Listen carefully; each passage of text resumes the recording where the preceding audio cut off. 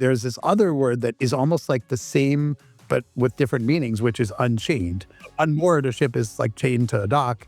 Unchained, a ship is unchained to a dock. There's some feeling I think that people have now where they can feel unmoored career-wise right now with AI and everything happening. I've seen some people kind of get to the other side and they feel unchained and they find this new thing that they're able to do. And Nick Mehta is a serial founder and CEO, an entrepreneur in residence at Bessemer, a tech advisor to multiple AI startups, and a co-founder at the New Work Foundation with Clara Shai.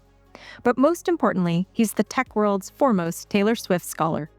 Today, Nick talks with us about the identity shift that comes after you give up the title, the difference between feeling unmoored and feeling unchained.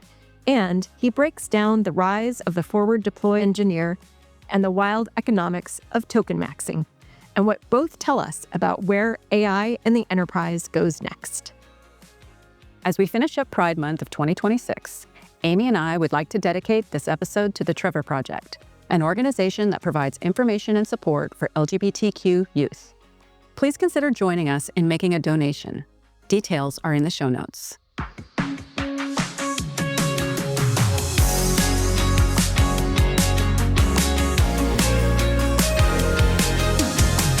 Nick, welcome. it is so awesome to be here. I've known you guys for so long online. It's great to see you online, virtual, but video. Even better online. Exactly. Well, Nick, we follow your various stories about your mom, and it just is so much fun to watch. Probably more fun for us on the outside than you actually living it. But I just was wondering if you had any recent stories about this wonderful woman. Oh, I love my mom. I see her all the I just spent a couple of days with her yesterday. She's amazing. But yeah, she's become like a very minor celebrity because I've kind of shamelessly used her in videos for my last company, Gainsight, and like talk about her online. So I'm Indian American, so obviously she's Indian, and she has a lot of the classic traits of an immigrant mom, very much focused on success and comparison. It's just kind of deep. It's natural when you come from another country. Like it's tough, you gotta focus on making money and things like that. So I'll tell you two quick ones. One was my brother and I are super close, just 3 years younger than me. And we're on a text thread, my mom, my brother and I, because my dad's not with us anymore. And my mom texted me the other day. She says, "Do you guys ever arm wrestle?" And I'm like, that's the most random question I've gotten in like a year. I am 49 years old. The answer is no. I have not arm wrestled in a long time. And then my brother was like, well, he's arm wrestled his little kids every now and then. And then my mom's like, no, have you guys arm wrestled each other? You guys should do it and tell me who won. And I'm like, oh my God, I need to just like send the text message to my therapist. This explains like everything. I don't know. I think you should sell tickets. I've been seeing your guns lately. I think, I don't know, your brother might be in for some trouble there. Oh, okay. I'll take all the compliments. Like, yeah, thank you so much for that.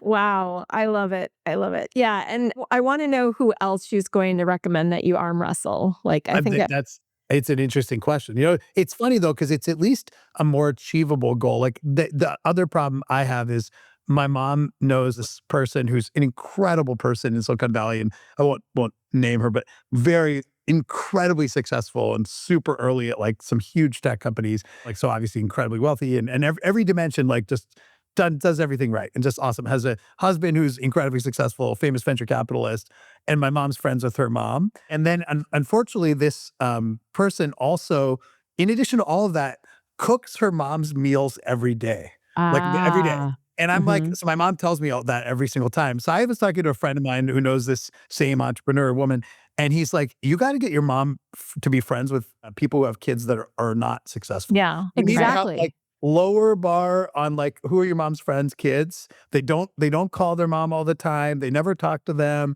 They dropped out of college. They never got a degree. I need more people. Yeah, If anyone has recommendations of friends for my mom. Well, so another strategy, Nick, might be to pay this woman to do a video of you beating her in arm wrestling. Oh my You can God. send that to your mom. Honestly, Amy, she would probably just beat me in arm wrestling too. Well, that's why we have to pay her. I didn't assume you'd win. Okay, there you go. I like it. Honesty. We're all about strategic problem solving here on the Meg and Amy show now. I love it. What is the Meg and Amy show about now? Now I don't even know. Is it about arm wrestling? Is that what? It Right. is that what now. you're talking about? This is my It is mom. now. Yeah. Yeah. Okay, so on to the real meat of the day. So you recently stepped out of the CEO role after 13 years, and you framed it as the end of the pre-written story. But you're not necessarily the best at chilling out. You said that as well. We've also somewhat recently made the operator to advisor leap ourselves, and we have lots of friends of the show that are mid-transition and into something similar. And so I'm just kind of wondering, how do you decide it's time to hand off the thing you built? Like how did you come to that decision, and how did you pick the person to hand it off to? We launched Gainsight in 2013, so long time ago. And it was an amazing journey and so many ups and downs and venture backed. And then we were really lucky to sell to a private equity firm, Vista, who was awesome and so had a great exit.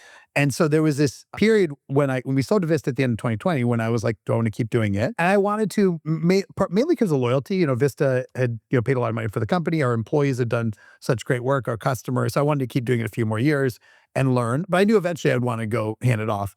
And then I did it a few more years. Underneath this, I was CEO of Gainsight. I had an awesome time. I guess 11 years is probably when I started thinking about it. And I was like, a couple of things went through my mind.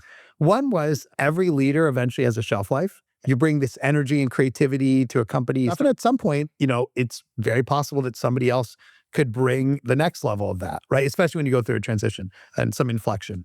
Number two was I was actually super excited about AI and like the new world. So I was kind of like a little bit like, oh my gosh, look at that stuff out there. Honestly, I was kind of like excited about that. And then number three was I was dealing with and have dealt with last few years a lot of tough personal stuff. And so I was looking for a head of product management. And the recruiter who was doing the search for us, Riviera Partners, said, I've got this guy. He's probably way more than that, but I think you know him. His name's Chuck Gunapathy. And Chuck and I had this weird story where like the first time I met him was literally 1999. I started a company. I was recruiting, trying to recruit people from Stanford Business School. And apparently, I don't remember this, but apparently I was like at the career fair at Stanford Business School and I met Chuck. And he turned us down from Chip Shot, my first start. And then then we met many times. Like I was doing another startup and he was at Salesforce and we were trying to partner together. Then I was an entrepreneur residence at Excel and he was an entrepreneur residence at Excel. So all these different times we kept meeting. And I just love the guy. He was so great. And so then this recruiter said, hey, this guy, Chuck Gunapathy, I think you know him. I was like, oh my God, I know him. There's no way he'd want to work for us. Like, what are you talking about? You turned me down once. Of course he's going to turn me down again. No way. Like he just sold his company, he started a company. He wants to do something that's not CEO for a while. And so the number one value proposition of this job for him was he doesn't have to be CEO. There's an epilogue to the story you'll hear in a second. But I hired him in February 2024 and as president. And the idea was eventually he could be a successor. And I didn't say that officially, but it was kind of obvious to everyone. I gave him a lot of parts of the company. And then he's just amazing human, absolutely brilliant, like incredible learner, so passionate. And so I saw this like growing passion in Chuck. I saw his ability. And then unfortunately, my personal stuff got tougher. And so in 2025, January, I mentally decided I want to do the handover. Talked to the board. They loved Chuck, so they were sold. And then talked to Chuck, and he's like, dude, the main reason I joined Gainsight is I don't have to be CEO. Now you're saying I need to be CEO. But he was such a good sport about it. And we transitioned and handed over in August of 2025. So just come up on a year. I found a lot of joy in figuring out the succession plan for myself and being able to nurture my team to step up when I departed and seeing them really flourish as a result. And that helped me a lot with my separation and keeping my identity as well. So I love that. It's so true. Like that, there is a lot of joy in doing it well. In fact, I'm super into like musicals and stuff. And so the confidential doc that was like the project plan for the handover, which was extremely detailed, was called Project Washington because there's a song One Last Time in Hamilton where they say, teach them how to say goodbye. So smooth. And mainly the main reason it was smooth is Chuck. And the second reason is our incredible employees and customers. Like we planned every detail. Who do you tell first? And when do you tell them? How do you communicate externally? And showing like we really are partnered together. I'm still on the board. It was so good. And so I didn't have any of that typical founder feeling of like, oh God, I'm like that ended too quickly, or I'm sad I'm not doing it anymore. I was like, I am so proud of Gainsight and Chuck and all the employees and customers, much like, if your kid goes to college and there's some sadness, but you're also just like happy for them, right? I'm really Yeah. happy for my daughter who's in college right now. And where in the plan did you sing the song? This is the one thing. I have a face for radio and I have a voice for blogging. So I have neither of the face nor the voice. I'm a decent writer, so I wrote all of it. But you definitely have the charisma for the stage, for sure. Thank you, dear. I would say, so obviously, people are drawn to you, Nick, and I know you know this, and I think they're drawn to you for your openness and authenticity. And I think they're drawn to you because you really live in the fullness of who you are. And I think that's wonderful in any moment, but right now in this moment where so many people feel unmoored in their identities, and especially those of us that have storied careers where it's easy to wonder, what does my job look like in the future, et cetera, et cetera. And I think when you can show up with that level of authenticity and help other people see that the fullness is there for everyone, not everyone is willing to share. And so I hope you realize that's such an important gift in your journey, is that you're living that journey out loud. That's something Amy and I really take seriously as well. Well, I can tell you guys do, and I love that you said that. Thank you for saying that. And I think there is some incredible power to just authenticity, being open, being yourself, vulnerability, Brene Brown, all that is like real. And, it's honestly, I think it's easier to do when you're like a leader. I empathize with people where it's like harder to be themselves for many, many different reasons. But if you're able to, like, it's so powerful. It causes people to really connect more with you. They open up to you.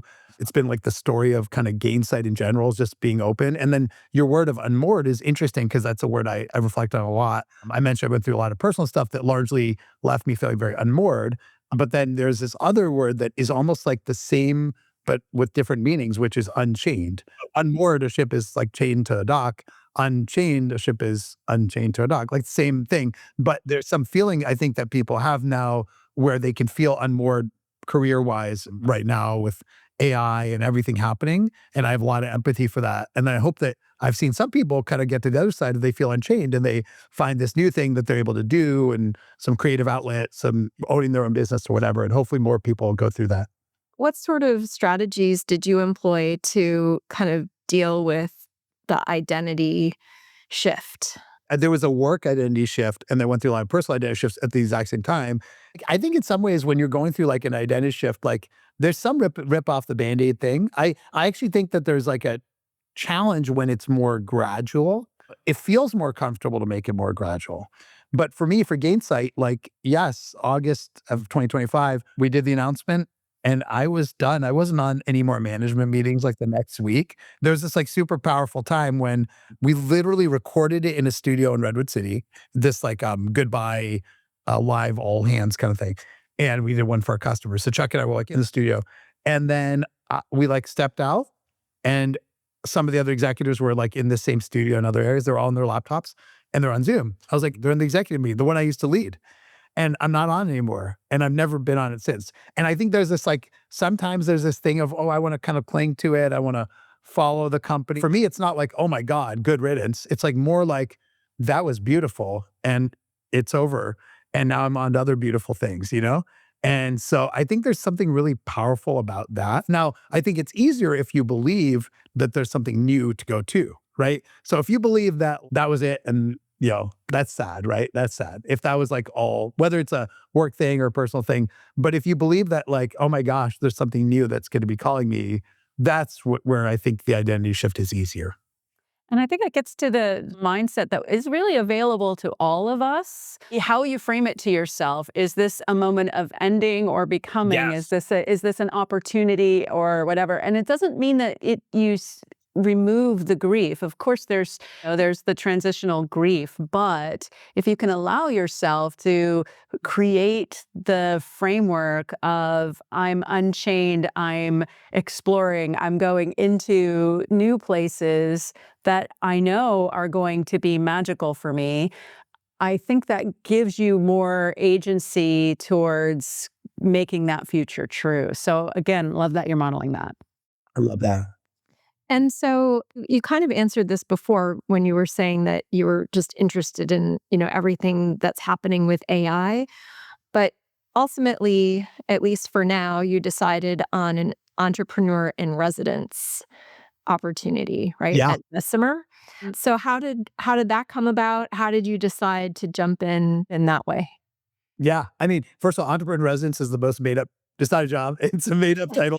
It's like, it's only in Silicon Valley thing. I mean, conceptually, it's somebody that was worked with a VC firm before. They want to spend time with them on figuring out what their next thing is. And so that's what I'm doing with actually a couple of firms, Bessemer and also a firm called Chemistry. And Bessemer was one of our first investors in Gainsight. And there's a guy named Byron Dieter, who's like one of the lead folks at Bessemer. He's an amazing person, amazing business person. And he's like, hey, as you think about what you want to do next, you want to just spend time with us. What that practically means is like, they look at companies and they have meetings with the companies and they talk about all the deals they're looking at and they include me in some of those meetings. And that lets me learn a lot about what's happening in different spaces I'm interested in. For example, health technology, mental health technology, AI for like the services world. And so I'm just joining lots of meetings, meeting tons of entrepreneurs. It's so fun. Like today, I think I have like 7 meetings with founders. It's awesome. And I haven't figured out what I want to do yet, but just helping me understand like what's in the world, what's possible, and also just get inspired. It's tied to this identity shift of like, oh my gosh, like there could be a new identity for me. There is a thing of, I did Gainsight for a long time, and I definitely post a lot on LinkedIn. So therefore there is this Nick Mehta, CEO of Gainsight. Nick Mehta equals CEO of Gainsight. Nick Mehta equals Gainsight equals customer success. And I'm like, that's not my identity anymore. Nick Mehta, former CEO of Gainsight. Nick Mehta, former customer success guy. What's Nick Mehta's present identity? That's being written. So Amy and I are doing some similar things, and I really double down on the getting in the room and talking to other entrepreneurs and innovators is a great way to sort of spark your energy, give you ideas, help you learn things, but also contribute in a way because you have experiences that are valuable to those leaders that can be really beneficial in those early days, having lived in worlds that oftentimes founders haven't lived in yet. I love the idea of made-up jobs, and I love the idea of maximizing made-up jobs with personal agency to turn that into something powerful. One of the things that I see in the market right now, and I think we even had a little bit of an exchange on Twitter about this, is I believe that one of the most difficult jobs right now are those SaaS CEOs that the world has changed and that they have to figure out how to navigate. And it's not that we haven't seen that before. It's not that we haven't seen disruption or change or new entrants or new models come through. But I think we all realize that right now the pace and the way this is happening is a lot of whiplash and a lot of volatility for being a leader. But you're also a little bit removed from it, and so you don't have the emotion. What is that bigger lens that you would offer to those CEOs? Where's the hope? What should they anchor on in telling themselves that opportunity story? And how is this a great moment for them versus the most vulnerable? The best thing in the world is to be a former SaaS CEO right now. Yeah. And it's changed a lot, by the way. SaaS has bounced back a lot in the stock Yeah, market. exactly. 2 weeks. So it's like changes every day. And I think in general, like what's going to happen in the business world is, I believe, is volatility is just going to be like even more than it's been. You look at what's happening in AI and like every time, Anthropic released a huge model yesterday and like everything changes again. There's no steady state. There's no constant. We've been living this as business people for a long time since, great financial crisis, COVID, et cetera, but it's accelerating. And so I think there's some element of just like, hey, this is just it. And there's this amazing blog post that one I read over and over again, by Ben Horowitz. It's who's a Andreessen Horowitz founder. It says nobody cares at the title, and basically the idea is like, yes, you can consternate as a CEO or founder about all the challenges and all the ups and downs. What do you do? Or you can just take all the energy and try to do your job. Now, it's not intended to mean nobody cares. People do care, but like there's some element of spinning that is counterproductive, right? And so I think that when I talk to these people, I think there's like two ends of the spectrum. On one end, the aspirational is it is possible to transform. It's hard, but it's possible. And Intercom's like probably the poster child of this. Like really, Owen, the founder, like came back and he's totally pivoted the company to AI and like radically better valuation, revenue growth, everything else, right? On one end. And then also that's not going to work for everyone. And it's not going to be as easy because one of the challenges with the poster child is everyone points to it and says, hey, you should do that.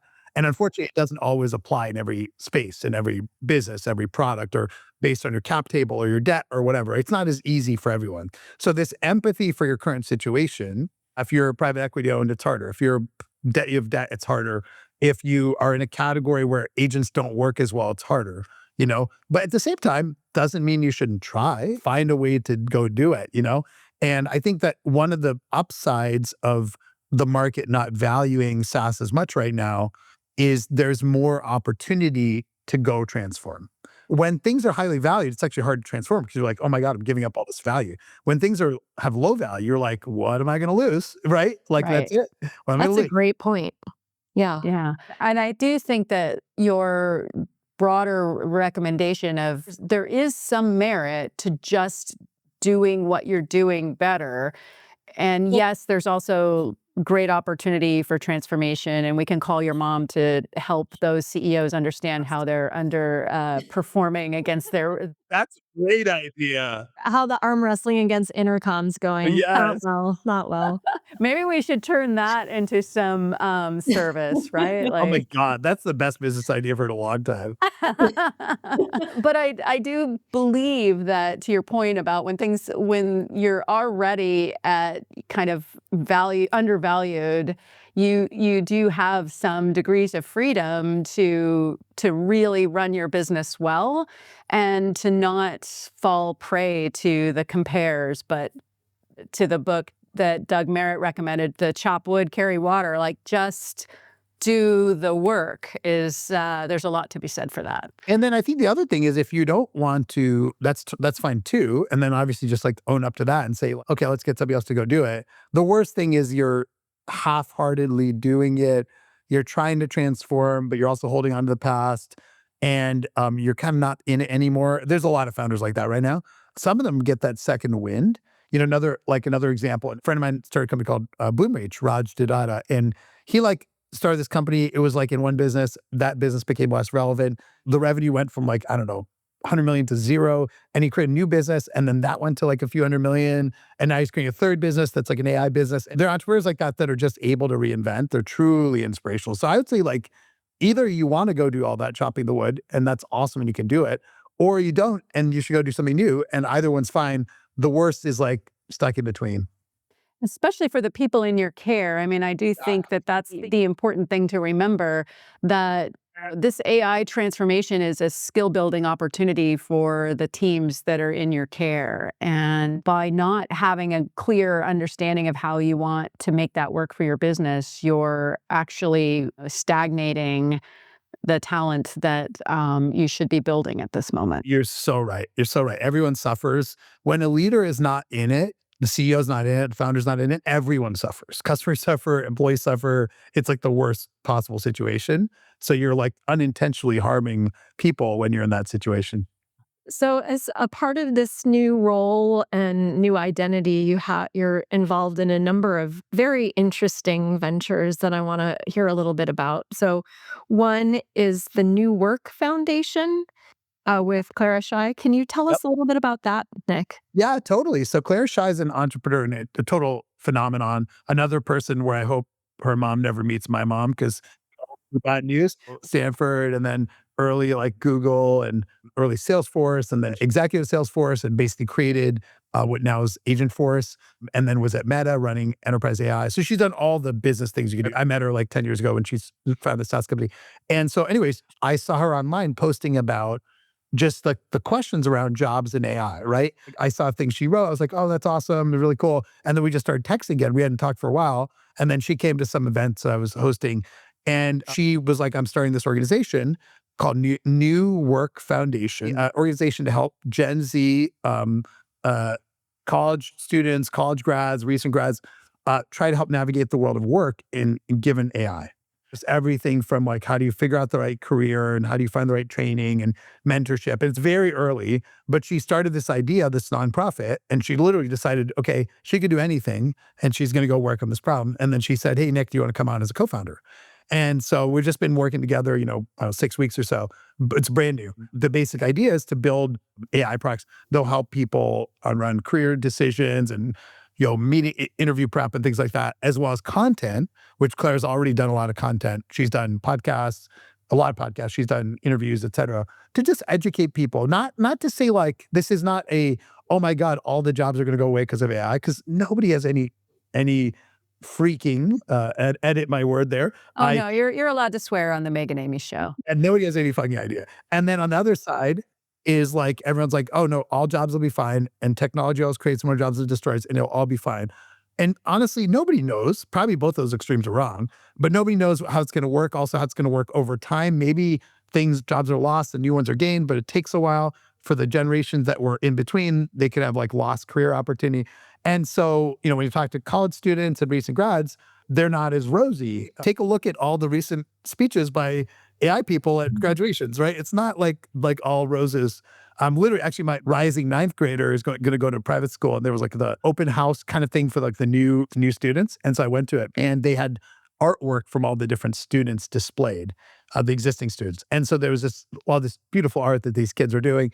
And this one student had an artwork that just said, in every part of it was written, fuck AI over and over again. And then after that, they had like a talk back where all the artists were on stage explaining their work. And somebody said to that student, hey, explain what you meant by your work. Yeah, it wasn't clear.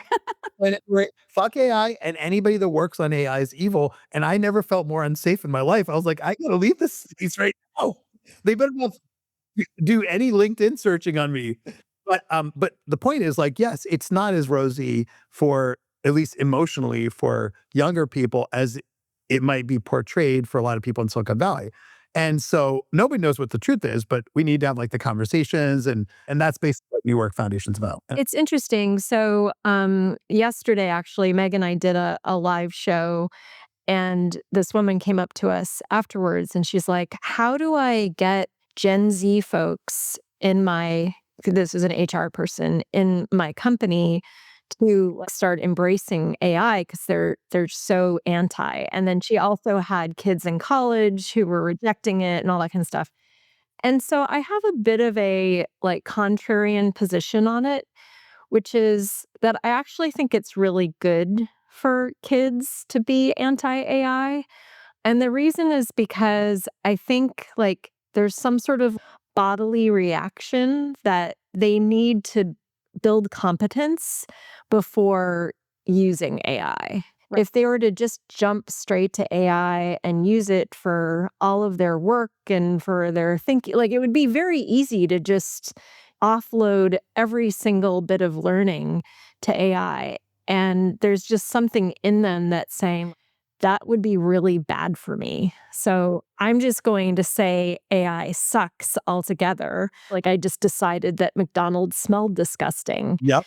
And that was good for my body to believe that, right? Like obviously there needs to be some sort of reckoning when when they meet the work world and there's expectations and they need to compete and all that, so bridging that gap between like, okay, build confidence and competence and stay away from AI, but then you got to leap into it. And this is how. So I love this concept. That's kind of what it sounds like you're doing. I like your interesting counter conventional thinking there. I do get it. Like I get it both from a fear perspective, and I get it from what you're saying of like, there's some element of developing your own self. Like it's a weird thing where like, we can't generalize to everyone in the world based on what entrepreneurs do. Like, yes, entrepreneurs all use AI, but we're also like people that have already gone through all the learning and all that stuff, right? And so, yeah, that's a common Silicon Valley mistake is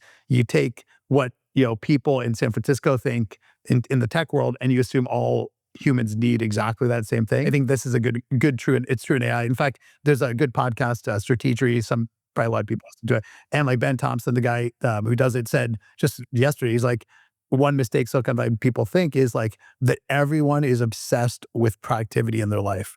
And the truth, honestly, most people are not. They like wasting time. They want to watch TV. They want to like be on social media. They want to just like chill and have fun and like have a good life. And I think there's like a big mistake we make when we assume everyone is like us.